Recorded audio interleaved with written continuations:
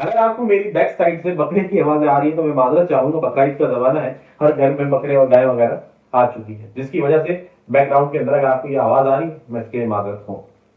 बिस्मिल्लाहिर्रहमानिर्रहीम, अस्सलाम वालेकुम। आज के सेशन में हम chapter number 19 matrices and determinant का बाकायदा आगाज करेंगे। जैसा कि आपके इल्म है, जब भी किसी चैप्टर को शुरू किया जाता है तो उससे पहले, उसके एक्सरसाइज पे जाने से पहले उसका जो इंट्रोडक्शन हुआ करता है उसको समझने की कोशिश करते हैं। तो आज के सेशन में हम मैट्रिसेस से रिलेटेड जो इंट्रोडक्शन हमारी बुक में मौजूद है उसको बेहतर अंदाज में समझने की कोशिश करेंगे। शुरू करते हैं। लीनियर अलजेब्रा मैथमेटिक्स की एक ब्रांच है, लीनियर अलजेब्रा, जिसके अंदर हम लोग मैट्रिसेस को डिस्कस करते हैं। नेक्स्ट है हमारे पास आर्थर कैलन। आर्थर कैलन वो मैथमेटिशियंस थे जिन्होंने फर्स्ट टाइम मैट्रिसेस को इंट्रोड्यूस करवाया। 1821 से लेके 1821 में उनकी पैदाइश हुई और 1895 में उनका इंतकाल हो गया। ये तो उस मैथमेटिशियन का इंट्रोडक्शन था जिसने मैट्रिसेस को इंट्रोड्यूस किया। मैट्रिसेस बात किस चीज की करता है? What is matrices? Matrices is an arrangement of elements in a rectangular array. Matrices दरअसल नाम है एलिमेंट्स को, ऑब्जेक्ट्स को अरेंज करने का। मैट्रिसेस में क्या करेंगे हम? जो एलिमेंट्स होंगे, जो ऑब्जेक्ट्स होंगे, उनको अरेंज करेंगे इन अ रेक्टेंगुलर अरे, यानी कि जब उस शेप को हम देखेंगे, वो जो शेप बन रही होगी वो एक रेक्टेंगुलर टाइप होगी। क्लियर हो गई बात? इसके बाद अच्छा, ये तो सर अभी पढ़ के बता रहा हूं, उसके बाद बाद में बाकायदा इसकी मजीद तफसीलात आएंगी कि मैट्रिसेस को किस तरह का लिखा जाता है, इसमें एलिमेंट्स क्या होते हैं। आपने चैप्टर नंबर 17 पढ़ा था, वो सेट्स। तो सेट को लिखने का एक प्रॉपर नोटेशन हुआ करती थी, कैपिटल लेटर से लाइक दिस। इस तरह की तमाम नोटेशन को हम मैट्रिक्स में अभी भी डिस्कस करेंगे। मैट्रिक्स की अगर हम बात करें तो मैट्रिक्स सिंगुलर होता है, और मैट्रिसेस की बात करें तो ये मैट्रिक्स का प्लुरल है। आगे चलते हैं, इसमें हम पढ़ेंगे आप रॉस और कॉलम के बारे में। जब तक रॉस और कॉलम को आइडेंटिफाई नहीं कर सकेंगे, जब तक आपको मैट्रिसेस समझ में नहीं आएंगे। यानी कि मैट्रिसेस समझने के लिए सबसे पहले लाजमी शर्त यह है कि आप रॉ और कॉलम को डिफाइन करें। अगर रॉ और कॉलम का कॉन्सेप्ट क्लियर है तो आपको मैट्रिसेस आहिस्ता आहिस्ता वक्तन वक्तन समझ में आना शुरू हो जाएगी। सबसे पहले रॉ को समझना है, फिर कॉलम को समझना है। आगे चलते हैं। क्या है भाई row? Horizontal entries are called row. मैं इसकी डेफिनेशन दे रहा हूं, अभी मजीद तफसीलात आगे आएंगी, बस उस वक्त फिर मैं रिवाइज करूंगा कि रॉ अच्छा हॉरिजॉन्टल से ये मुराद था और वर्टिकल से ये मुराद था। कॉलम क्या है भाई? Vertical entries are called column. Clear? आप कुछ समझ लेते हैं इससे रिलेटेड एग्जाम्पल, ताकि आपको मेरी बात बेहतर अंदाज में समझ में। देखें, ये कुछ ऐसे लिखा हुआ वर्टिकल टाइप, हाँ या ना? बिल्कुल लिखा हुआ है, ये वर्टिकल लिखा हुआ है एक लाइन के अंदर सीधा 2 3 4। अब मैं अगर आपसे पूछता हूं कि यहां पर आपको ऐसी कितनी लाइंस नजर आ रही हैं, तो आपका जवाब होना चाहिए सर एक लाइन नजर आ रही है। तो इसका मतलब क्या हुआ?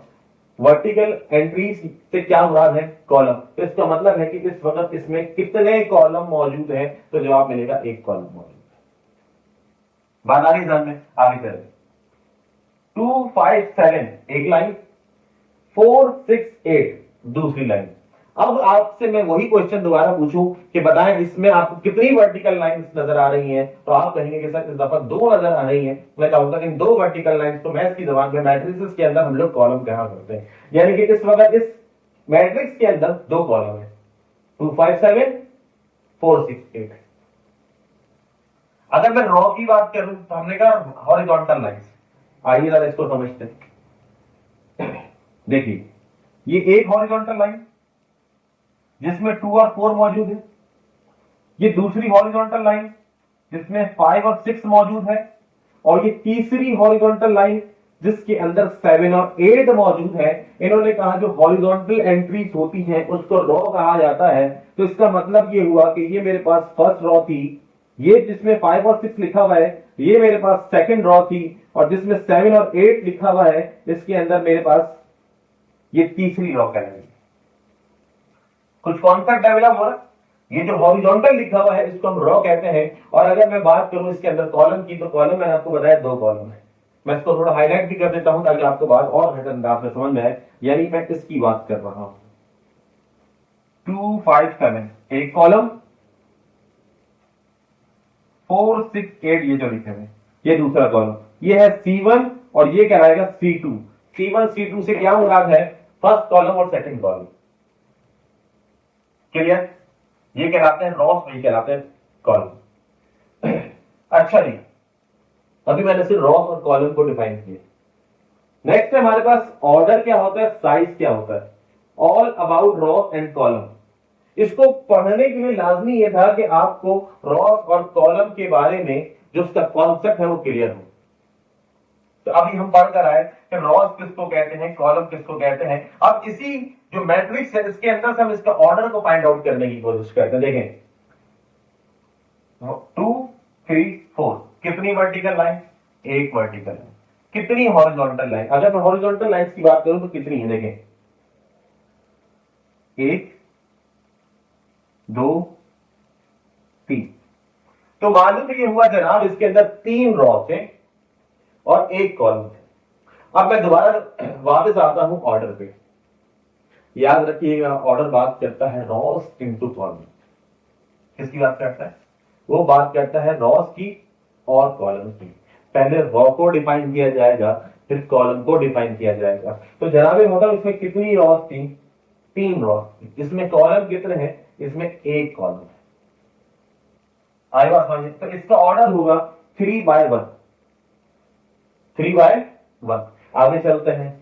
इसमें कितनी रॉस थी? अभी हमने डिफाइन करा R1 R2 R3, 3 रॉस है।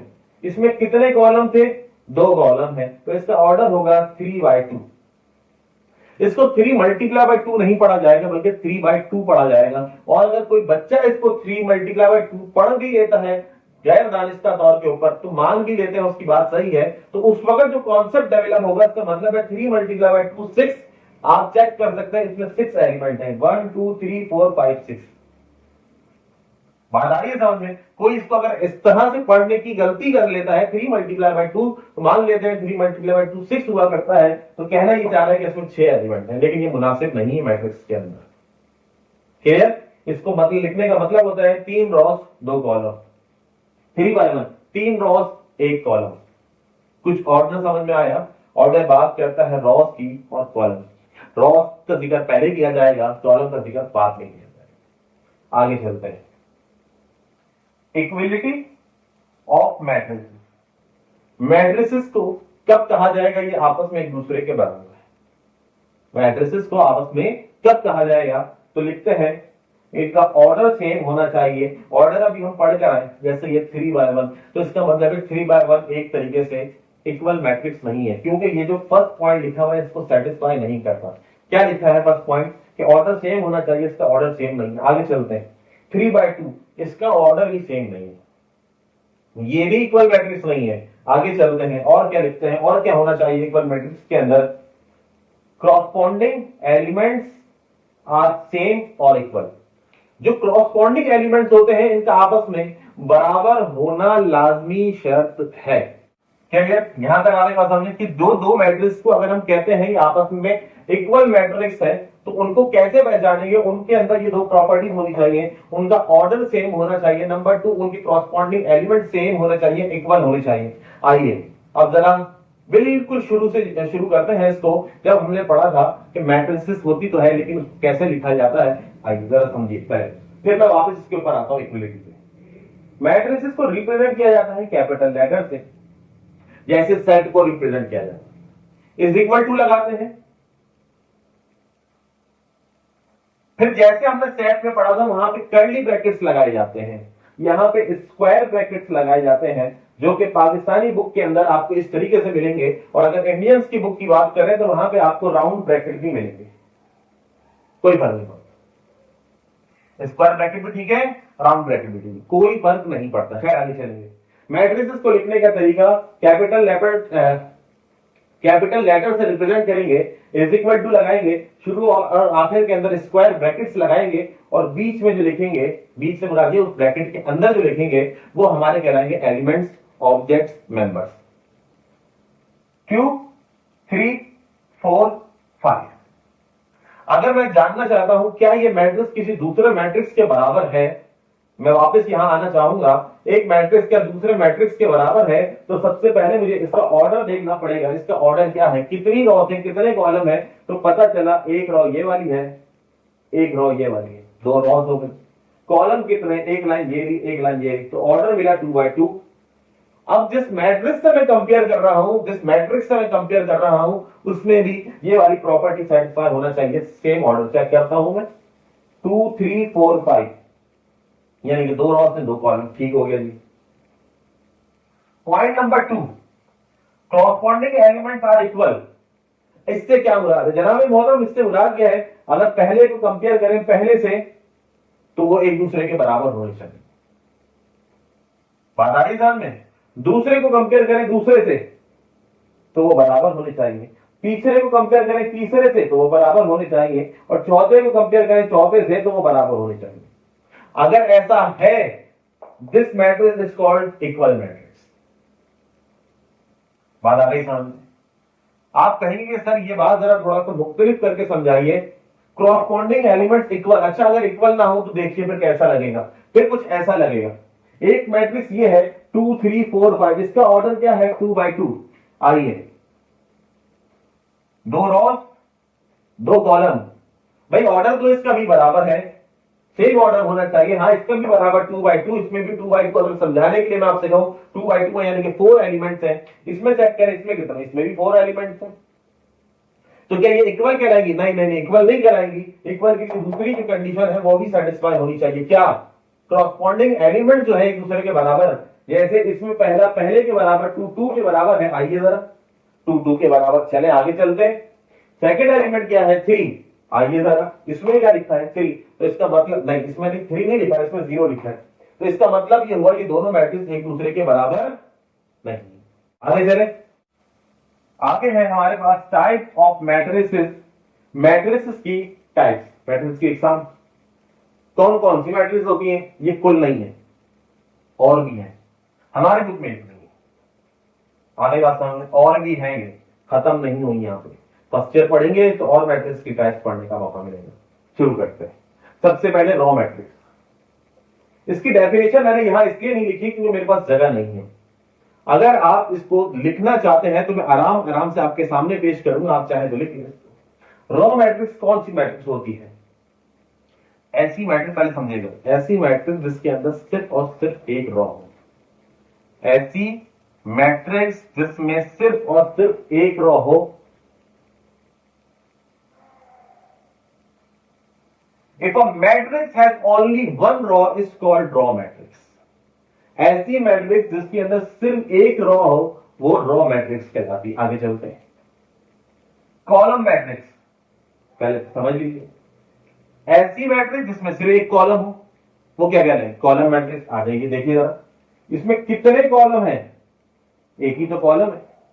अगर आपको मेरी बैक साइड से बकरे की आवाज आ रही है तो मैं माजरत चाहूंगा, बकरीद का जमाना है, हर घर में बकरे और गाय वगैरह आ चुकी है, जिसकी वजह से बैकग्राउंड के अंदर अगर आपको ये आवाज आ रही है मैं इसके लिए माजरत हूं।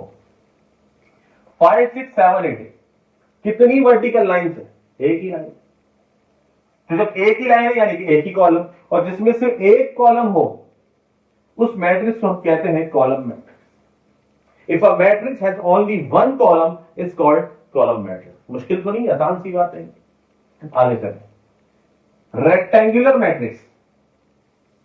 rectangular matrix, if a matrix has different rows, number of rows and number of columns, ऐसी मैट्रिक्स जिसके अंदर रॉस और कॉलम की तादाद बराबर ना हो, if the number of rows and number of columns are not equal is called rectangular matrix। देखिए नंबर ऑफ रॉस कितनी है इसमें?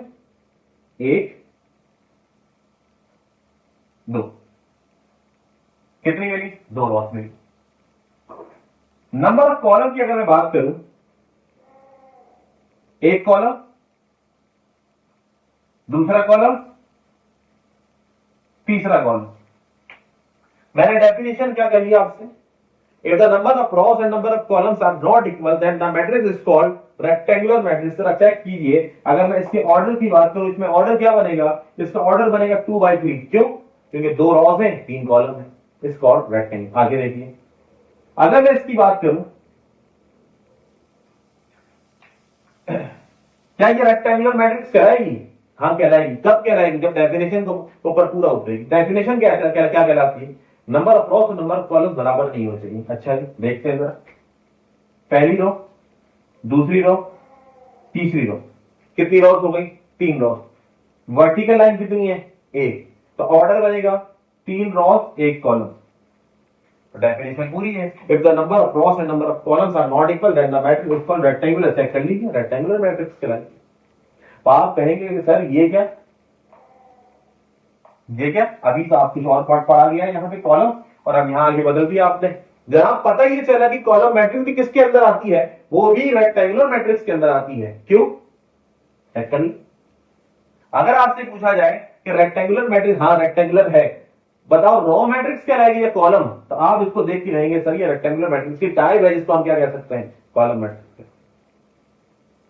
आएगा समझ? और अगर नहीं समझ में आए तो बस आपके लिए इतना काफी है, रेक्टेंगुलर कहलाएगी या नहीं कहलाएगी? हाँ बिल्कुल कहलाएगी। क्यों? क्रॉस और कॉलम की तादाद बराबर होगी। आगे चलो, स्क्वायर मैट्रिक्स। भाई जो रेक्टेंगुलर में हमने पढ़ा उसमें से नॉट निकालते।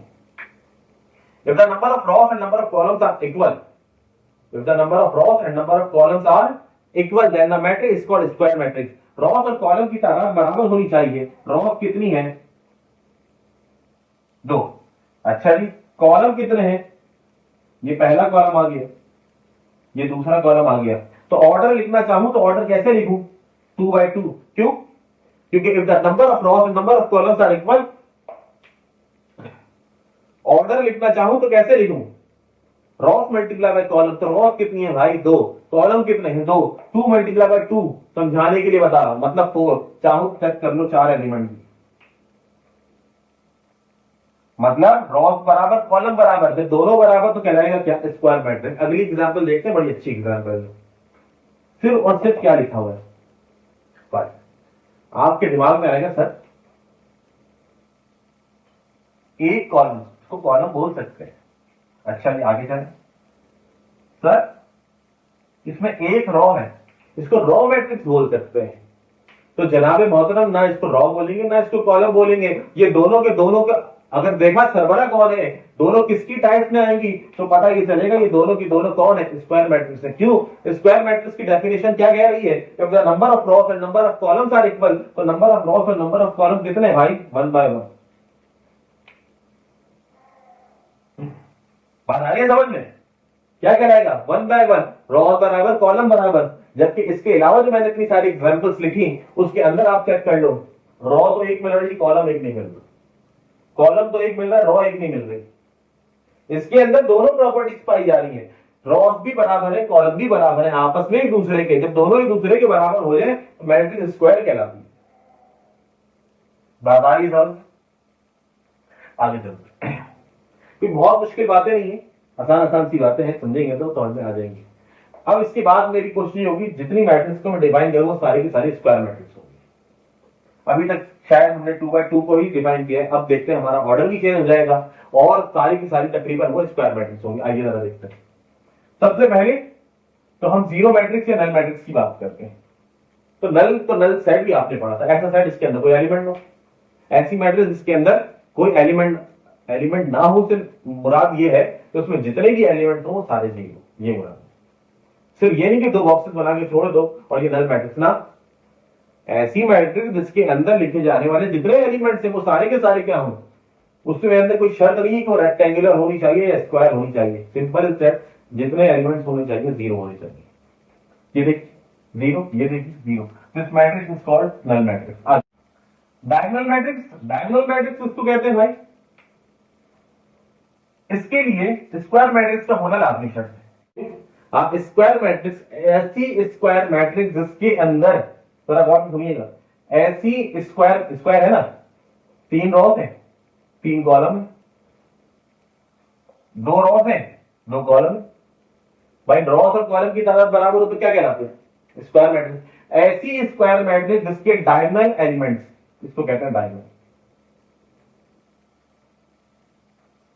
ऐसी स्क्वायर मैट्रिक्स जिसके डायगोनल एलिमेंट्स के अलावा तमाम एलिमेंट जीरो। लॉट सुनिएगा, ऐसी मैट्रिक्स जिसमें इस डायगोनल के अलावा तमाम एलिमेंट जीरो हो, वो क्या कहलाती है, डायगोनल। हाँ, बस शर्त यह है कि इस डायगोनल के अंदर कोई एक एलिमेंट भी नॉन जीरो होना चाहिए, यानी कि ऐसे ही हो सकता है 4 0 0, डायगोनल के अलावा तमाम एलिमेंट जीरो हैं, देख ले बिल्कुल जीरो है, इधर आ जाए, क्या डायगोनल है, डायगोनल के अलावा ज्यादा चेक करें दोनों एलिमेंट्स क्या है, जीरो, डायगोनल के अलावा तमाम एलिमेंट क्या है, जीरो। अब ये ऐसे भी हो सकता है, ये ऐसे भी हो सकता है, 4 10 और 3, क्लियर हो गई बात, आगे चलते हैं। स्केलर मैट्रिक्स, ये जो होता है ना, ये कहलाता है डायगोनल।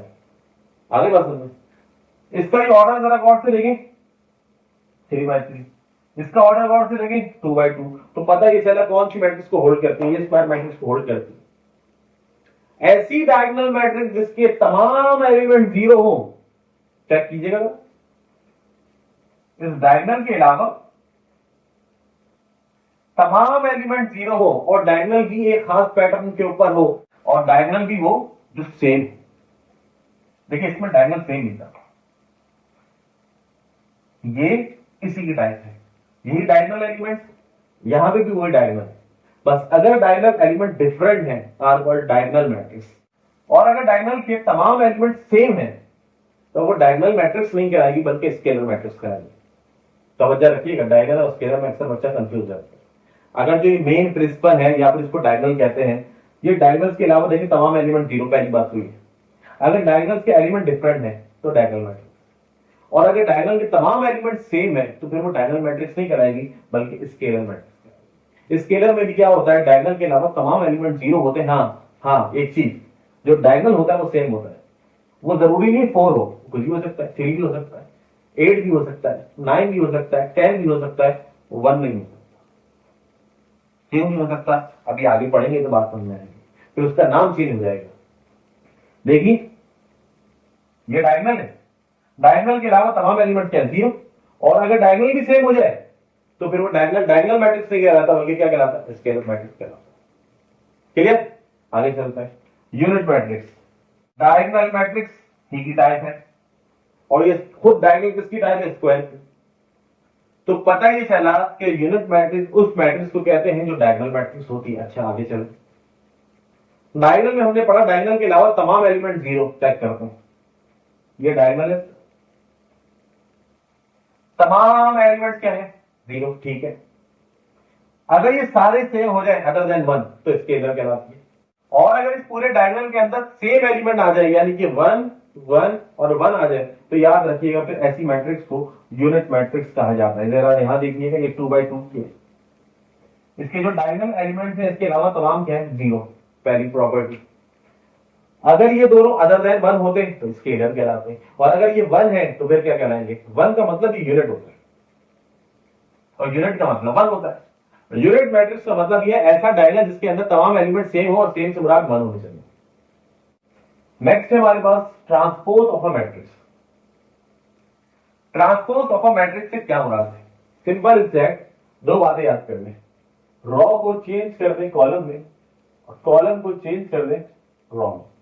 भाई जो रॉ है ना उस तमाम एलिमेंट्स को कॉलम के अंदर लिख दो, जो कॉलम के एलिमेंट्स उसको रॉ में लिख दो, एक काम करोगे ट्रांसपोज निकल जाएगा। देखें क्या मतलब, ये इसका क्या कहलाएगा, हॉरिजॉन्टल लिखा हुआ है, रॉ कहलाएगा। अगर इस रॉ को मैं कॉलम बना दूं तो ये मैट्रिक्स का क्या कहलाएगा, ट्रांसपोज। देखिएगा जरा, ये 2 4 रॉस में लिखा हुआ था, मैंने इसको कॉलम में लिख दिया। ये 5 6 रॉ में लिखा हुआ था, मैंने इसको कॉलम में लिख दिया। जरा चेक करें, यही काम तो किया है, रॉ को मैंने क्या बना दिया, कॉलम, या यूं समझ लें कॉलम में लिखे तो उनको मैंने क्या बना दिया, रॉ। क्या कहलाता है, transpose of a matrix, matrix का ट्रांसपोज कहलाता है। सिमेट्रिक मैट्रिक्स, बड़ी आसान सी डेफिनेशन है इसकी, कहते हैं ए ट्रांसपोज बराबर है ए के। इसको मैं आसान कर देता हूं, लेट्स सपोज हमारे पास एक मैट्रिक्स थी ए, अगर मैंने उसका ट्रांसपोज लिया, अभी मैं ऊपर बताकर आया हूं ट्रांसपोज से क्या बना, मैंने उसकी रॉ को कॉलम में चेंज कर दिया, पता चला चेंज करने के बाद भी कोई फर्क नहीं पड़ा, वो दोबारा से वही मैट्रिक्स रिपीट हो गई जो क्वेश्चन के अंदर पहले से गिवन थी। देखिएगा एग्जाम्पल देंगे बात समझ आएगी। हमारे पास एक मैट्रिक्स है 1 2 17 एक रॉ, 2 5 -11 दूसरी रॉ, 17 -11 और 9 तीसरी रॉ। ये 3 रॉड है, इन 3 जो इसका जब मैं ट्रांसपोज लूंगा 3 रॉड को क्या बना दूंगा, कॉलम बना दूंगा, रॉड को कन्वर्ट कर दूंगा कॉलम में। जरा करके देखते हैं। 1 to 17 ये आ गया, 1 to 17 समझ रखिएगा। 2 5 minus 11 ये आ गया, 17 minus 11 ये आ गया। अच्छा जी, करा क्या हमने, ये मैट्रिक्स, इस मैट्रिक्स को हमने क्या करा, ट्रांसपोज दिया। ट्रांसपोज दिया तो कुछ ऐसा बन गया, बना के नहीं बना, चला चेक करते हैं। 1 to 17 पता चला दोबारा वही बन गया 1 to 17।